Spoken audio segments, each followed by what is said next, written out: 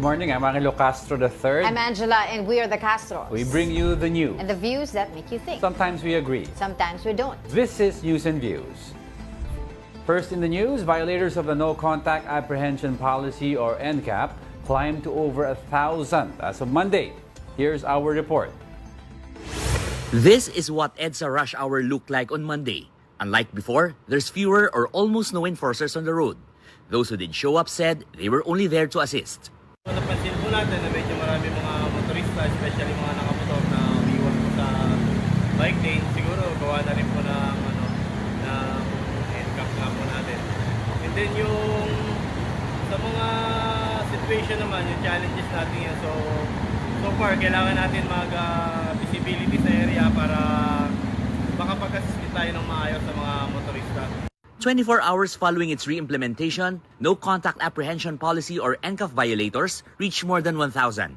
These motorists will receive citation tickets via the registered mail. The MMDA, though, is still working with telcos, so violators could be advised via text as well. According to the MMDA, NCAP is not a mere money-making venture. Wala po kami sa business ng panghuhuli. Ang panghuhuli po namin ay para po sa disiplina ng ating mga kababayan na dapat po sumunod sila sa traffic rules for safety and para po walang chaos sa kalsada. Meanwhile, the agency denied the legitimacy of a circulating link called May Violation Ba. This supposedly allows motorists to check online for NCAP violations. They warned the public against posting or sharing the link to prevent confusion. The MMDA noted that they are still working on the official app. For News 5, Gerard de la Peña, we are One News. The Metropolitan Manila Development Authority or MMDA will implement a 24-hour odd-even number coding scheme along EDSA beginning Monday, June 16. During the one-month dry run, violators will only receive tickets without fines, said MMDA Chairman Don Artes. The agency also clarified that the odd-even scheme will replace the regular coding scheme during the rebuilding. Under the scheme, vehicles with plate numbers ending in odd numbers 1, 3, 5, 7, and 9 will not be allowed on EDSA on Mondays, Wednesdays, and Fridays. Meanwhile, those with even-numbered plates 0, 2, 4, 6, 8 will be restricted on Tuesdays, Thursdays, and Saturdays. There will be no number coding on Sundays, allowing unrestricted access for all private vehicles. Now let's check the situation over at EDSA. We have with us mobile journalist Ivan Tarinque. Good morning, Ivan. Diego, good morning. Kamusta na ang situation dyan sa EDSA and traffic? Ivan, where are you right now specifically? Yes, Diego, nandito tayo currently sa EDSA Cubao. Kung sakali, kung makikita nyo sa likuran ko, no, ikot na lang din natin para makita ng mas maayos. Ito yung parte nga southbound. No? Ito yung pa-northbound. Yung kabila naman, yung pa-southbound. Yung nakikita natin yung mga pa-southbound na sasakyan, doon natin madalas nakikita yung talagang merong mabigat na build-up ng traffic. So itong northbound, wala masyado, maluwag. Pero yung southbound, doon tayo nakaka-experience ng medyo mabigat na daloy ng traffic, Diego. Pero Evan, di ba, hindi pa naman nag-start ang actual rebuilding kasi nag-gather pa lang, alam ko, ng mga materials saka yung mga gagamitin ng mga machines. So, do you see any of these machines already being pre-positioned? Alam ko sa Center Island daw ilalagay yan eh. Diego, as of this morning, no, wala pa tayong nakikita mga heavy machineries na gagamitin para nga dito sa rehabilitation ng EDSA. Ang mga nakikita lang natin, yung ilang mga painters, mga ilang ng MMDA na nagpipinta ng mga Center Island. Pero as far as itong mga heavy machineries, wala pa naman tayong nakikita as of this morning. Diego. Evan, this is the second day of re-implementation of NCAP. Kamusta naman yung pulso ng mga motorista natin dyan? Specifically, kung nasaan ka, kung nakausap mo man sila, sila ba ay sumasang-ayon dito sa re-implementation ng NCAP o may mga agam-agam din sila? Angela, actually marami sa mga nakausap natin ay talaga may agam-agam pagdating dito sa NCAP. No? Lalo na yung mga sasakyan at yung mga talagang mga TNBS riders. No? Dahil yun nga, kabuhayan daw kasi nila yung pwedeng maapektuhan sa NCAP na ito, no? Kinausap natin yung ilan na parang natatakot daw sila bumiyahe. Ngayon, dahil nga, no, baka konting pagkakamali lang daw, konting pagpas ng linya, magkaroon kagad sila ng violation. Na yung imbes na ipang-uwi nila raw sa kanilang mga pamilya, ipambabayad nila sa ticket na kanilang makukuha dahil nga dito sa NCAP. Angela. Yes, Ivan, with the NCAP in place, so mas konti ba nakikita mong presence ngayon ng mga MMDA officers? Actually, Diego, it's the same. No? May mga umiikot pa rin, may mga nakikita pa rin tayong nakatayo sa kanilang istasyon. And para sa kanila, talagang additional help lang sila. No? Dahil meron ng NCAP na implemented. Ngayon, additional help lang sila doon sa mga motorista kung mayroong kailanganin. Yung iba, kung may masiraan, etc. Pero in terms of NCAP, yung dami nila, in terms of NCAP, nandun pa rin yung visibility nila sa kahabaan ng EDSA. Okay, para malinaw, Evan, no, during the rebuild phase at habang naka-NCAP tayo, yung mga MMDA officers hindi manghuhuli para hindi na mag-stop ang mga vehicle. Therefore, smoother ang flow. Ganun ba mangyayari? Yes, that's the plan, Diego. No? Yun nga kasi ang main purpose nitong non-contact apprehension para mas mabilis yung biyahe, yun nga, no? Pero unfortunately, para doon nga sa ilang mga motorista, no? May sasakyan man yan, mapasasakyan man yan, or mapa-rider ng motor, para sa kanila, it's a challenge, panibagong challenge na naman. Dahil yun nga, baka mabigla sila matikitan out of nowhere at magulat na lang sila. Magkagulatan na lang daw sila at meron na naman silang violation na natanggap. And yun nga, no? Ang mabigat kasi dito, no, Diego, is pag nahuli ka, mabigyan ka ng ticket, hindi ka makakapag-renew ng 10 years sa iyong driver's license.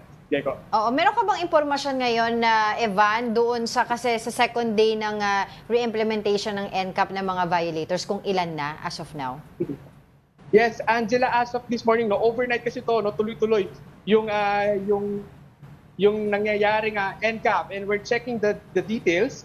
I believe it's nasa 100 plus. No, 141 from 12 midnight to 5 a.m. No? So marami pa rin nahuhuli dahil nga dito sa NCAP. No? Ang pinakamarami talaga dito is yung from 12 a.m.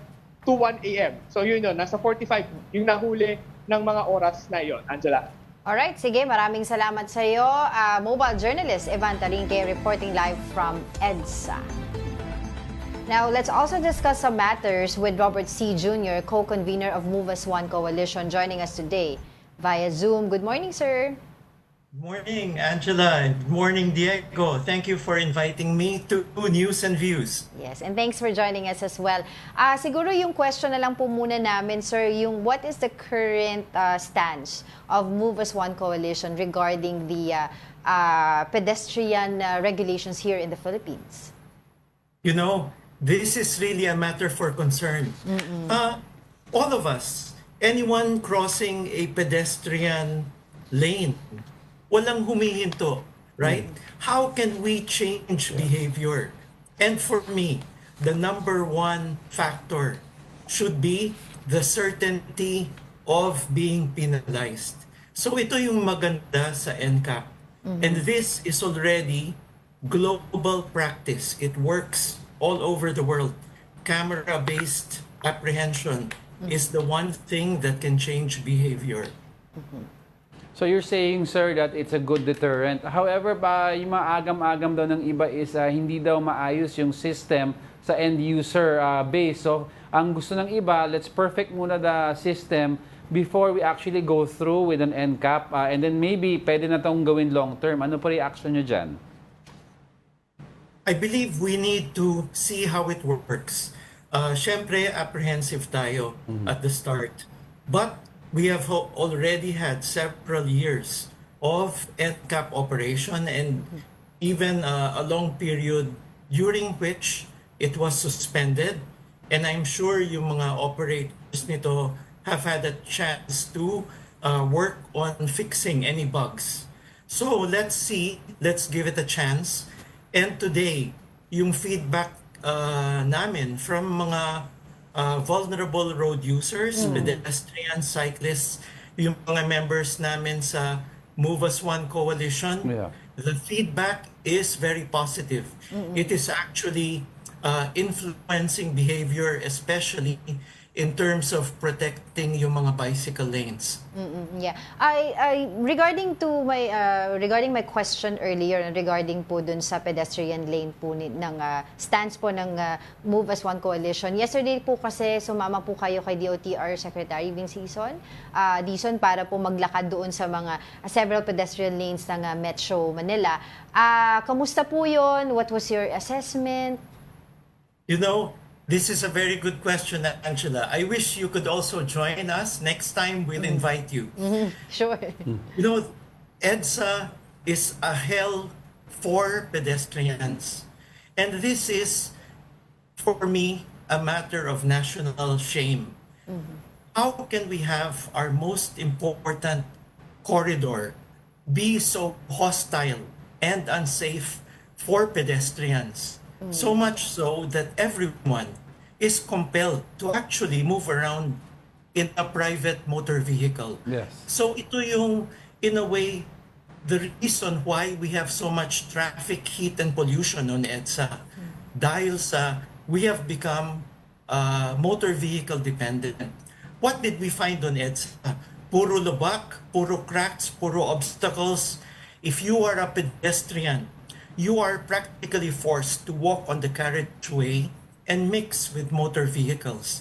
And if you are a person with disability, That's it's right. practically impossible. Right. So, you know, our infrastructure agencies, our traffic management agencies, MMDA and DPWH, they are obliged to create a pedestrian pathway that is safe and accessible for persons of all abilities. That is in our national law, and that is our national policy.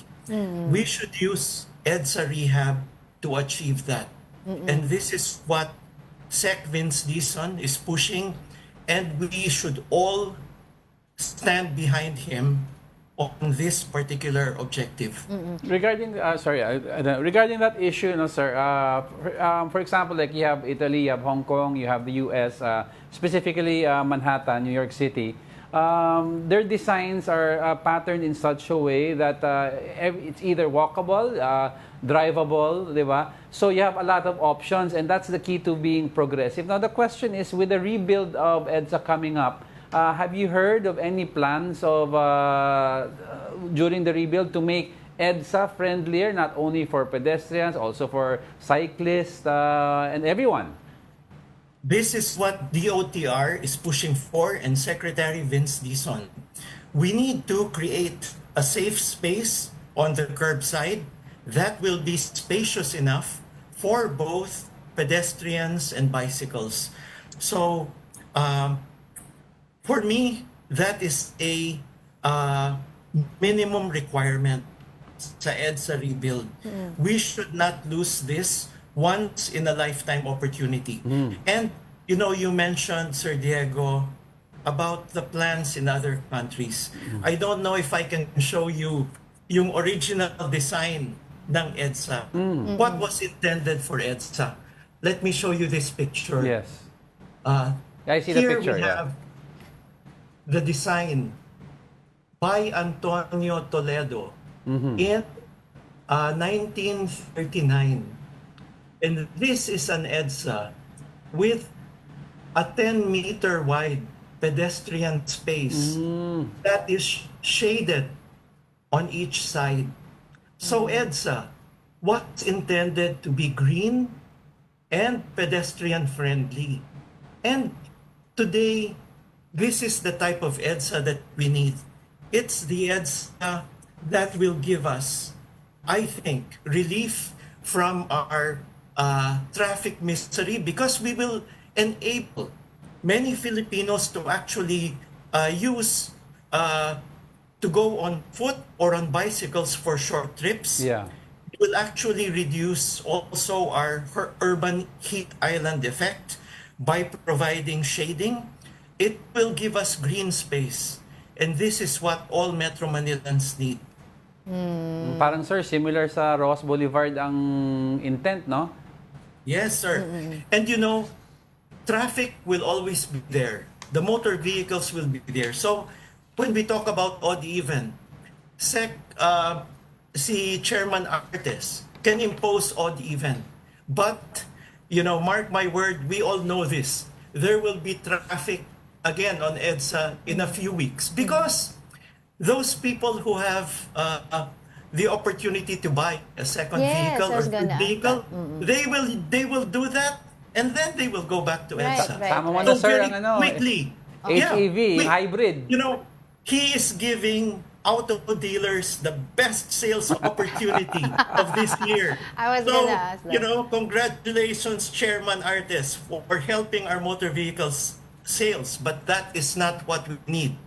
That is not our agenda in the first place, ika nga. I was really gonna ask that kasi a lot of people are saying na with the rebuilding of EDSA, meron tayong re-implementation ng NCAP, tapos here comes uneven scheme.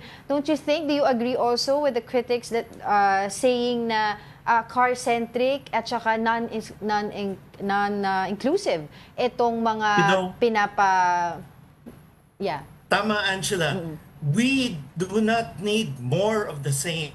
Already, we know that these formulas that enhance, in a way, the travel of motor vehicles will not work. Induced demand will generate, the demand for more motor vehicle use. So this is what we want to avoid. We should now make more attractive public transport, walking and cycling. These are the inclusive, sustainable, and people-oriented travel modes. Right. So This is the formula that we need Yes.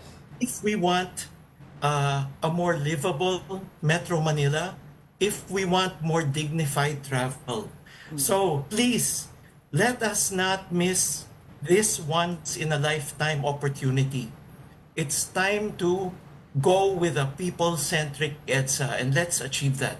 So are you looking forward to, sir, when the subway comes into fruition? Do you think it will help? The subway will be great. We need to actually also push for these major infrastructure projects. But yung rail projects natin will still take a long time. It will still be delivered in the next administration or even beyond. What we need in order for yung quick results, early results, and low-hanging fruit. And that means focusing on our road-based public transport, making our buses and jeepneys more efficient, putting them on dedicated lanes as much as possible, and enhancing yung options for walking and cycling to get to destinations. So let's give people travel options, maski may traffic, yung mga kotse, yung mga motorsiklo, let's give them options so they can leave their vehicles at home. So what happens now po doon sa mga pedestrians natin while we are waiting for the EDSA rebuilding? Yan po ay mangyayari, patse-patse, mauuna po daw yung sa may Pasay, and then most probably mas ta-traffic daw po pag nagsimula ng gawin yun sa may Guadalupe, no? Dahil that is a connection ng Makati to EDSA Mandaluyong. Well, perhaps we have no choice, but if we put our heart to it and focus on making that pedestrian path a viable one, it can actually be done within 12 months. And we will have a different Metro Manila if we're able to accomplish that. So, if you can imagine, a sidewalk on EDSA for its entire length, that is the width of one motor vehicle lane. So that would be about 3.5 meters, which would be dedicated for pedestrians and bicycles. So if we can accomplish that, that would transform the entire character of EDSA and even the travel patterns of Metro Manilans. Let's go for that. Yeah. All right, we hope to talk to you again after the rehabilitation, rebuilding of Or the even EDSA. during, just to to get see what's sentiment, no? happening. Oo. All right, Let's and we're do that. looking Happy forward to do come back here. Opo. Thank you. And we're looking forward also doon po sa invite nyo na maglalakad din tayo. Doon sa Sige, maglakad tayo. And we'll try to schedule that. Right. Thank you, Ma'am Angela, Sir Diego. Thank Thank you you, po. Robert C. Jr., co-convener of Move as One Coalition. Thank you for joining us. We'll be back with more stories after the break. Keep it here on One News.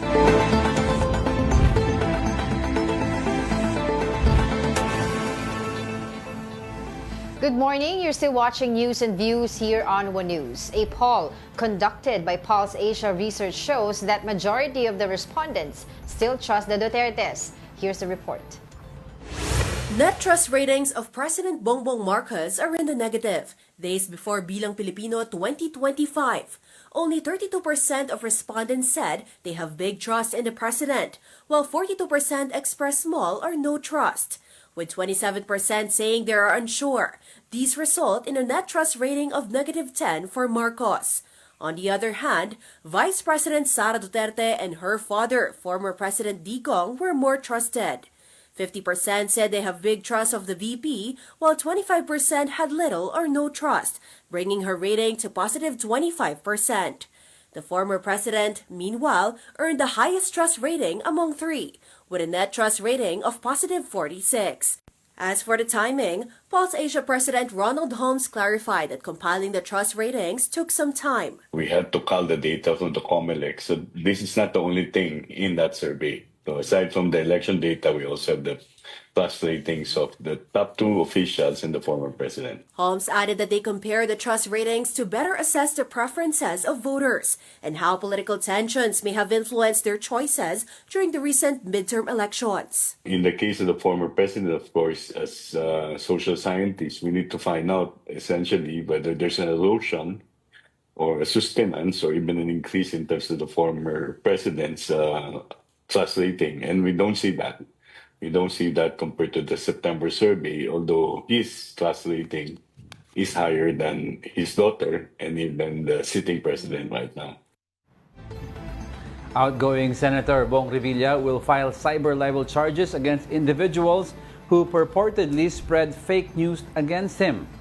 According to his camp, this was likely the reason for his loss in his senatorial re-election bid this 2025. Lawyer Raymond Fortun specifically mentioned false information about the Sandigan Bayan ruling on the PDA plunder case against Revilla. Fortun said Revilla has decided to defend his and the family's reputation by exercising the legal remedies against fake news. Well, it's a free country. They can do that, di ba? No, I mean, Tsaka yeah. siya daw ang if I'm not mistaken, one of the co-authors of this law, yung cyber libel. Yes. Totoo naman na may mga fake news kumalat against a lot of the candidates. No? But I don't think this is one of the main reasons kung bakit siya natalo. Kasi di ba nagkaroon tayo ng discussions with a lot of people. Kung yung daw is sawa na sila sa dynastic politics. Kasi even in Cavite, di ba, siya lang dun sa family nila yung hindi na nanalo. Everyone else, they won eh. But anyway, several petitions have been filed before the Supreme Court regarding the results of the recently concluded 2025 midterm elections. Here's the report. A flurry of petitions has been filed before the Supreme Court following the 2025 midterm elections. Among them is the OFW party list, which is pushing for increased congressional representation for marginalized groups, including overseas Filipino workers and seafarers. They argued that more groups should be included beyond the 54 proclaimed winners and proposed increasing the total to 64 seats. The group also criticized what they call a system skewed toward powerful and well-funded groups. Representative Marisa Del Mar Magsino claimed she was offered money in exchange for a seat, which she firmly rejected. Ang OFW hindi po titigil, lalaban hanggang dulo dahil alam ko na panalo po ang OFW party list. Ang laban po ito sa mga laylayan. Sana po yung mga nagre-represent, totoo namang nagre-represent. Ang dami pong party list, nakita namin, hindi ko alam kung sino-sino itong mga to nanalo. Anong sektor nanalo? In another petition, Vice Mayor-elect Harold Respicio of Reyna Mercedes Isabela is seeking the Supreme Court to block COMELEC's suspension of his proclamation. The poll body halted his proclamation due to a disqualification case involving alleged election misinformation. Meanwhile, the Makabayan bloc filed a resolution in the House of Representatives calling for an investigation into supposed irregularities in the automated election system. COMELEC, for its part, said it respects the right of parties to go to the Supreme Court and commits to comply with any ruling the High Court may issue. For News 5, Mon Gualvez, we are One News. And to provide insights into these developments, we are joined by Arjan Aguirre, Assistant Professor at Ateneo de Manila University's Political Science Department. Prof, thank you for joining us once again. Hello, good morning. Alright, siguro, madami kasing na pag-uusapan ngayon eh. Siguro, let's go to the latest survey ng Pulse Asia, kung saan nakalagay po doon, pinakamataas pa rin po ng rating or trust rating itong mga Duterte. Were you surprised by that result? That was, I think, done a week before the elections. Honestly, no, I'm not really surprised. This is something that I expected because as early as February, in fact, as early as December of last year, I have noticed some changes with the way the supporters of the Duterte camp are conducting their campaigns. Most of the time, you can see this online. So it intensified during the campaign period, wherein you saw many people, influencers, talking heads, talking about the impeachment case. And when Duterte, the father, was arrested in March, again, the messaging became clearer. It helped the campaign of the senatorial candidates of the Duterte camp. And with this recent Pulse Asia survey, this is something that that only reflects the changing mood or the public opinion this last month. Yeah, but can we still say that, can we believe this survey still? Kasi these are the same parang survey firm na... Took out sila, bam. Oo, diba? Sabi nila, before, iba yung lumabas din dun sa, sa naging midterm election results natin. There's no reason to be skeptical about the surveys, especially, please don't forget that most of the people behind the survey firms are well-known social scientists of our country, and they have explained also their methodology, and I'm also aware that they have also explained what happened. Again, they did not miss naman eh. They did not parang commit a mistake when it comes to giving us the information about regarding the pulse of the people for for a particular month. Again, surveys, don't forget, they are just snapshots of a particular period of time, and again, in 1 month, and anything can change. So yun yung aking point dito. Yeah, but does this translate into the numbers that we see for former President Duterte? Will it automatically translate to VP Sara's stock value going up? Kasi we can see also, as of that survey, medyo mababa rin si VP Sara's compared to her father. Diba? And we all know kasi it's easier to say, oh, you like the performance of a former president dahil alam mong wala na siya sa poder.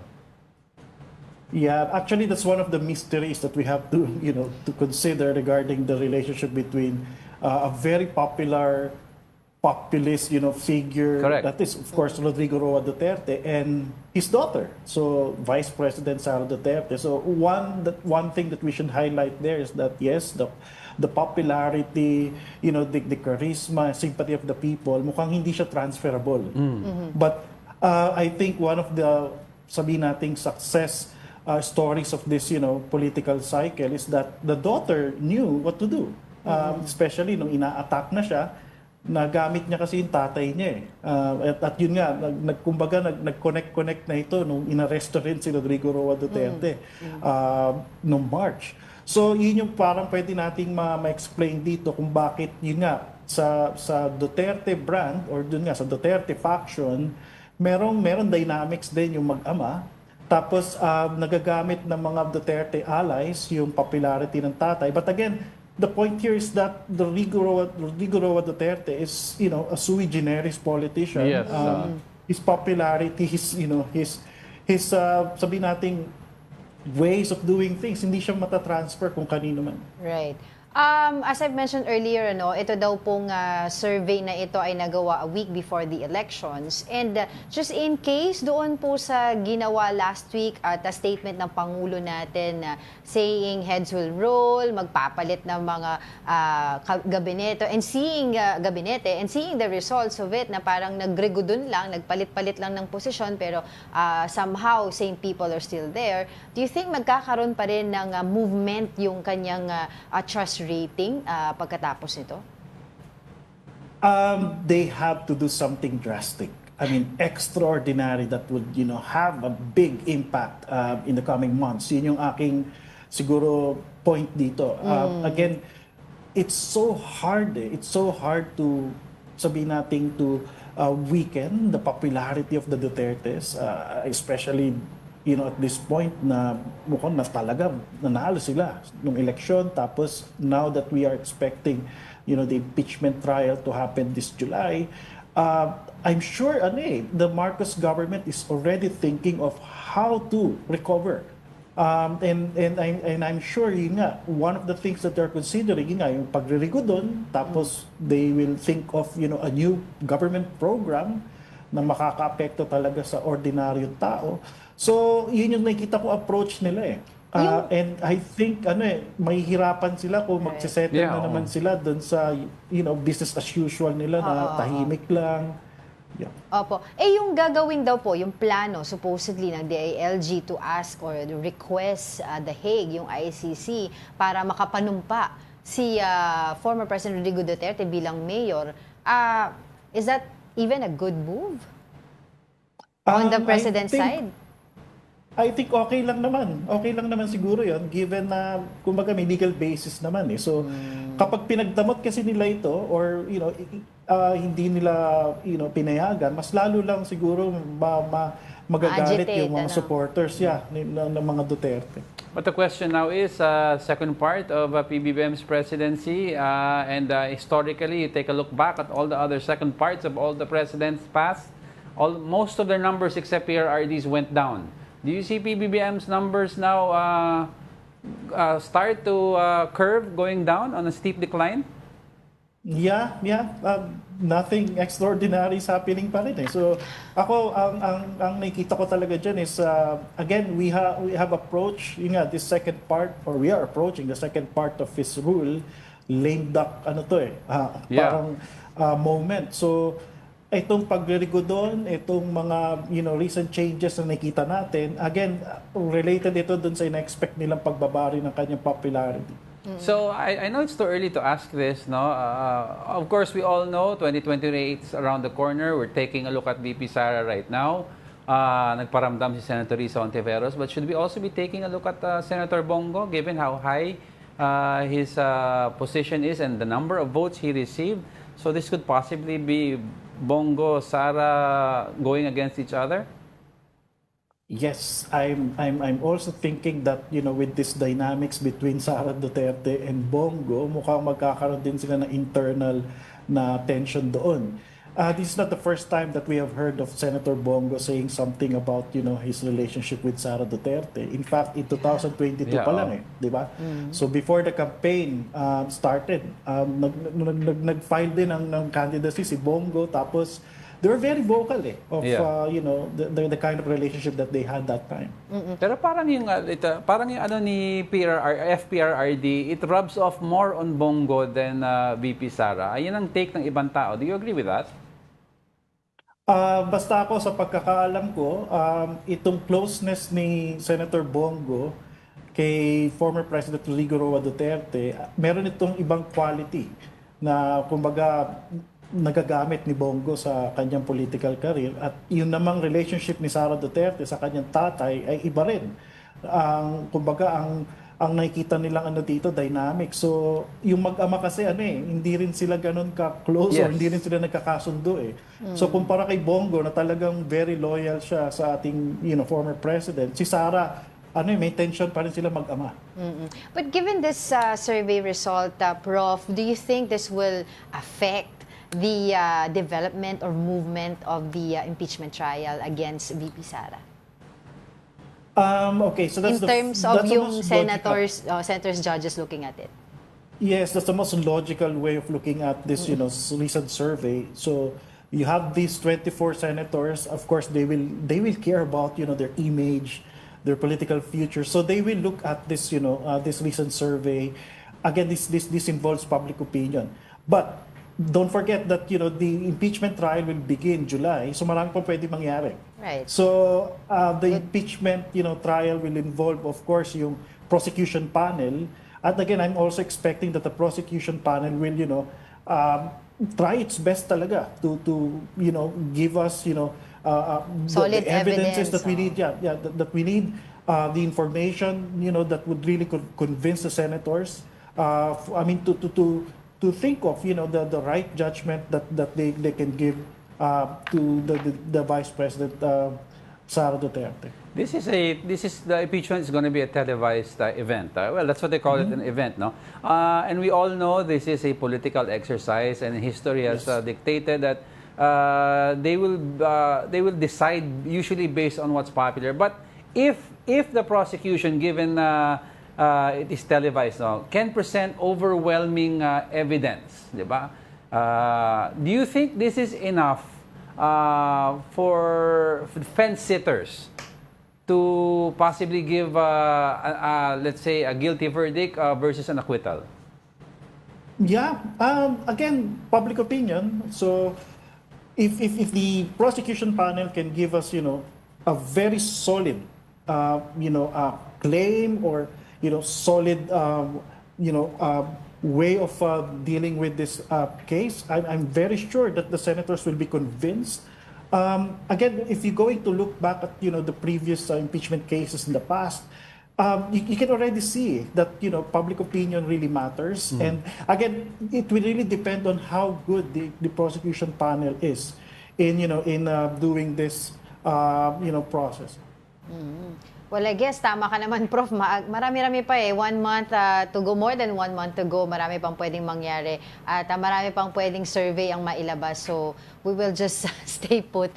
Siguro kuha ko na lang po din ng reaction sa inyo regarding dun sa earlier report namin kay former Senator Bong Revilla, him filing cases, cyber libel cases, doon daw po sa mga fake news na feeling po niya ay propaganda na nagpatalo sa kanya.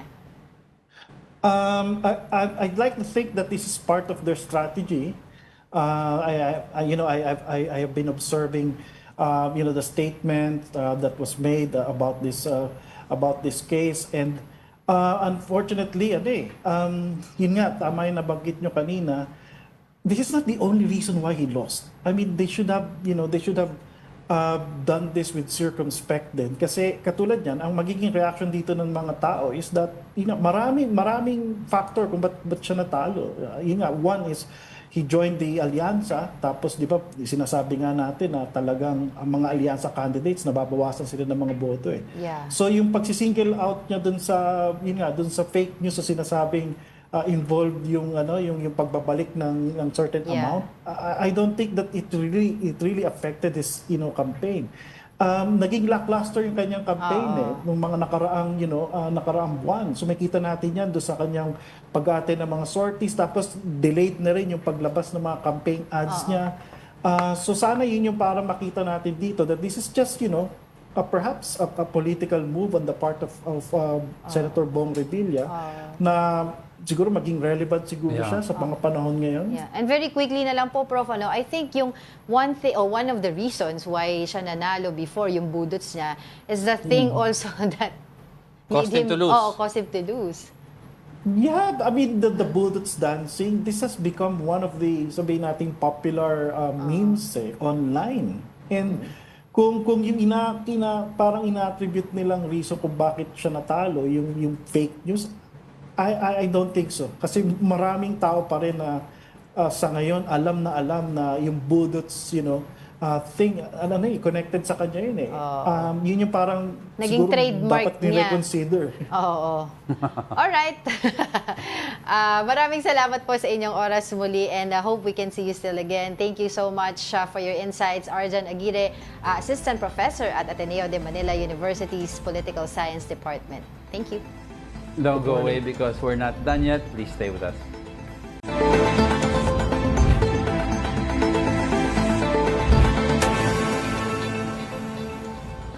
Welcome back. You're still watching News and Views here on One News. Now, President Bongbong Marcos urges fellow leaders to expedite discussions on binding code of conduct in the South China Sea. Mobile Journal Julie Baisa has the details. President Ferdinand Marcos Jr. has once again underscored the urgent need to accelerate the adoption of a legally binding code of conduct in the South China Sea. In his intervention during the plenary of the 46th ASEAN Summit, PBBM said the COC aims to safeguard maritime rights, promote stability, and prevent miscalculations at sea. He also called for deeper regional cooperation among ASEAN member states. ASEAN has always been an outward-looking community, guided and anchored by a common set of values, our love for peace and concern for the welfare of our peoples. Let me thus urge all member states to remember that to meaningfully engage our partners, we must advance these values and interests, sensitive, of course, to our external partners' respective strengths and challenges. The president then emphasized the need to uphold and project the values that define ASEAN. He added that these values are peace, inclusivity, and shared progress. As we support Malaysia's ASEAN chairship in 2025, we stand ready to build on our shared achievements and sustain momentum until 2026. On the sidelines of the summit, PBBM also met with Vietnamese Prime Minister Pham Minh Chinh. Both leaders reaffirmed their commitment to further strengthen diplomatic relations. The chief executive noted that senior diplomats from the Philippines and Vietnam are currently engaged in discussions aimed at elevating their relations to a comprehensive strategic partnership. Aside from the Vietnamese Prime Minister, President Marcos also held a bilateral meeting with Prime Minister Paetong Tarn Shinawat of the Kingdom of Thailand. Palace Press Officer Attorney Angelo Castro said that this was the first bilateral meeting between the two leaders. Their discussions centered on trade and economic relations, agricultural cooperation, and combating transnational crimes. Mobile Journal Julie Baiza, We Are One News. The Department of the Interior and Local Government has confirmed it will formally seek clearance from the International Criminal Court to allow former President Rodrigo Duterte to take his oath as mayor of Davao City.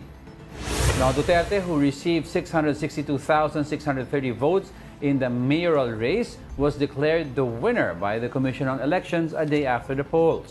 DILG Secretary John Vic Remulla said the government recognizes Duterte's win despite his detention in the Netherlands for crimes against humanity. Under the Omnibus Election Code, an elected official must take their oath of office within 6 months of proclamation. Failure or refusal to do so results in the position being declared vacant. Gagawin ko na lang ay magpapaalam ako sa international ay sa ICC kung pwede pumunta ang consul natin para makapag-oath siya. Kasi kailangan mag-oath siya to assume office eh. So, in his absence, the Vice Mayor will be there. Pero ang number one concern namin makapag-oath siya as Mayor. The Agriculture Department held an open discussion with farmers in Bulacan. Secretary Francisco Tiu Laurel Jr. said he hopes to release a floor price for palay before the next harvest season. This comes amid reports of prices going as low as 11 pesos per kilogram. The agriculture chief said this will be based on the expenses of farmers, taking into account fertilizers and seeds. Laurel added that some provisions of the rice tariffication law should be reinforced. Kailangan din yung lahat ng retailers at traders ay kailangan by law is mag-register sa NFA para nga natin makontrol lahat sila. Bulag kami sa NFA kung sino-sino mga ito eh. No, parang it's a cat and mouse game eh, kasi by law hindi na required. So kailangan yun na yung regulatory powers ng NFA kailangan may balik. The Capital One Solar Spikers secured the first overall pick in the 2025 PVL Rookie Draft after winning the lottery on Monday evening. Capital One entered the lottery with a 30% chance, surpassing NX-LED's 40%, who unexpectedly fell to the fourth pick. Galleries Tower claimed the second pick, while Farm Fresh secured third. The draft order continues with Zeus Coffee, Signal Choco Mucho, Cherry Tigo, PLDT, Akari, Petrogas, and Creamline rounding out the remaining picks. MWell has unveiled its Wellness at Work program designed to foster more productive and healthier workforce. Mobile journalist John Francis Rivera with the details. MWell, the digital health arm of Metro Pacific Investments Corporation, proudly unveiled its new workplace wellness called Wellness at Work last Friday, May 23 at MPIC Boardroom in Pasig City. This holistic approach aims to foster much healthier and much productive workforce. Included in the program is the corporate scoreboard, which helps measure employees' wellness data from emotional well-being and physical wellness to lifestyle and behavioral support. These tools are highly beneficial for HR teams in building smarter and more preventive strategies. So today we launched Wellness at Work. The benefits for that would be to enable companies, especially the HR, to really provide an engagement platform for employees, because employees are really the strength and the enabling power of companies. No, they're the most important assets of the business. So for the business to prosper, people have to be really, really healthy. With this innovation, the demand for comprehensive workplace wellness surges. Given the stress and mental health challenges that affect the majority of the Filipino workers, it aligns with MWell's Wellness at Work campaign, building a healthier, more resilient, and engaged workforce. Of course, as world changes, diba? Nagiging high-tech na tayo. The technology is actually changing the landscape of healthcare. Ngayon, kahit nasa bahay ka, pwede kang mag-consult sa doctor on your phones and you get management as soon as possible. Or may magbigay ng prescription, pwede mo na siya ipadala sa bahay mo. Diba, i-deliver na lang yung prescription mo sa bahay. I think it's the need that pushes us to innovate. Employees also gain full access to a personalized wellness experience with a 24/7 doctor consultations, curated fitness and nutrition programs, to interactive team challenges, and wearable health devices that make workforce wellness measurable, accessible, and sustainable. ML also offers Consulta MDs, a digital health services. You know, wellness should be one of the things that you prioritize. Kailangan alagaan mo sarili mo kasi the only person who can take care of you is you. MWell is the health technology platform developed by Metro Pacific Health Tech Corporation that offers telemedicine, health and wellness programs, e-commerce, and more in an integrated tech-based healthcare digital ecosystem in the Philippines.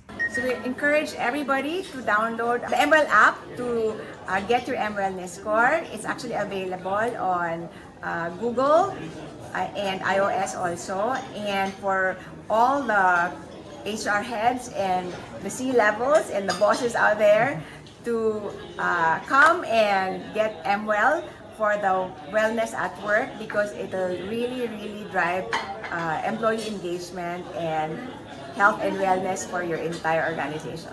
Mobile journalist J.F. Rivera po, hatid ang mukha ng balita. And that wraps up today's episode of News and Views. Join us again tomorrow. I'm Angelo Castro. And I'm Angelo Castro III. We are One News. All sides, all the time.